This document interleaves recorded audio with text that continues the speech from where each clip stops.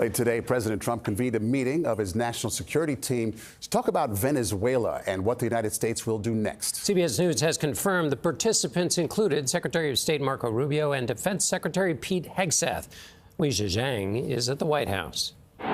Tonight, the U.S. continues its military buildup in the Caribbean, moving the USS Gerald Ford, the world's largest aircraft carrier, to St. Thomas.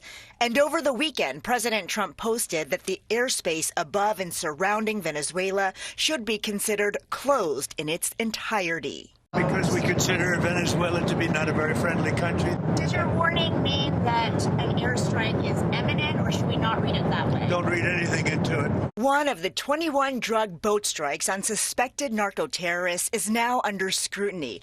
The Washington Post reported Defense Secretary Hegseth allegedly gave an order to kill everybody on board before the first vessel attack on September 2nd.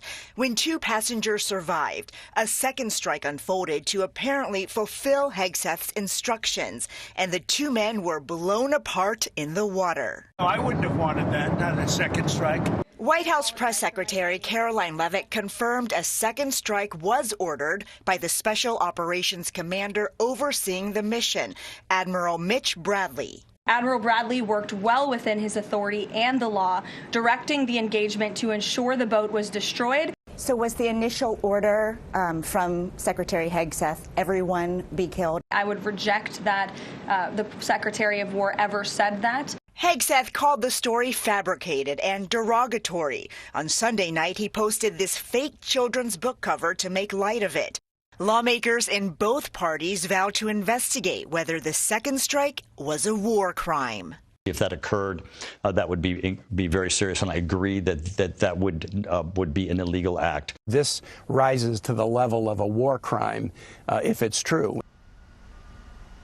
In other news about President Trump, his doctor released a summary of Trump's MRI, which he says was done as a preventive measure. The physician said Trump's cardiovascular and abdominal imaging is perfectly normal, though the White House did not release the actual report from the radiologist. Okay, Weijia Jiang at the White House. Thank you.